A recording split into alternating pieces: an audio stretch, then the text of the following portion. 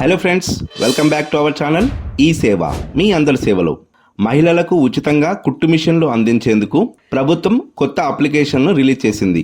అయితే ఈ కుట్టు మిషన్లు పొందడానికి ఎవరు అర్హులు, ఎక్కడ మరియు ఎలా అప్లికేషన్ చేసుకోవాలి, ఇందుకోసం ఏ డాక్యుమెంట్స్ అవసరం అవుతాయి లాంటి విషయాల గురించి ఇప్పుడు మనం చెప్పుకోబోతున్నాం.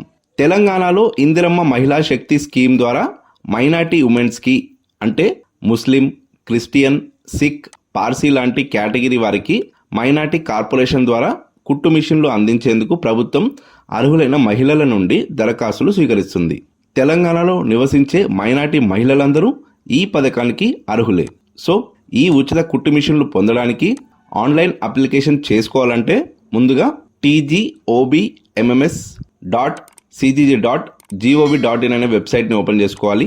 ఈ వెబ్సైట్ ఒక లింక్ని మీకు వీడియో డిస్క్రిప్షన్లో ఇస్తాను.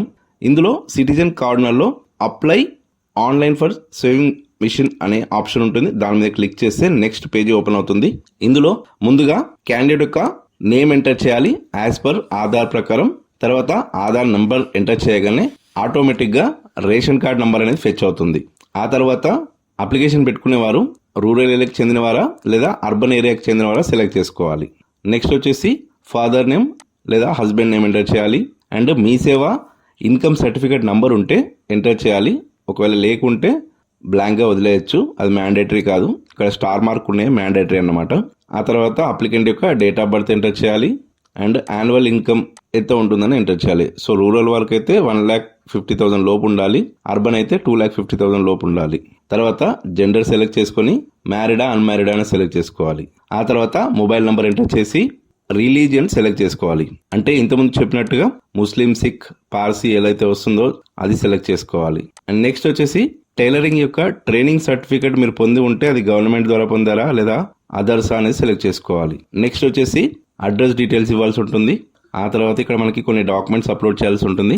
అందులో ఇక్కడ మ్యాండేటరీగా క్యాండిడేట్ యొక్క ఫోటో ఉంటుంది. సో ఫోటో వచ్చేసి 100 KB లోపల ఉండేలా స్కాన్ చేసి అప్లోడ్ చేయాలి జేపీజీ ఫార్మాట్లో. ఒకవేళ మీ దగ్గర క్యాస్ట్ సర్టిఫికేట్ ఉంటే అది కూడా అప్లోడ్ చేయొచ్చు. అండ్ టైలర్ యొక్క ట్రైనింగ్ సర్టిఫికేట్ ఉంటే అది కూడా అప్లోడ్ చేయండి.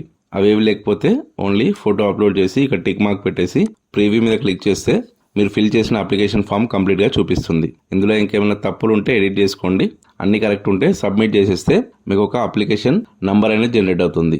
ఆ నంబర్ మీద క్లిక్ చేస్తే అప్లికేషన్ ప్రింట్ వస్తుంది. దాన్ని ప్రింట్ తీసుకొని మీ దగ్గర పెట్టుకుంటే సరిపోతుంది.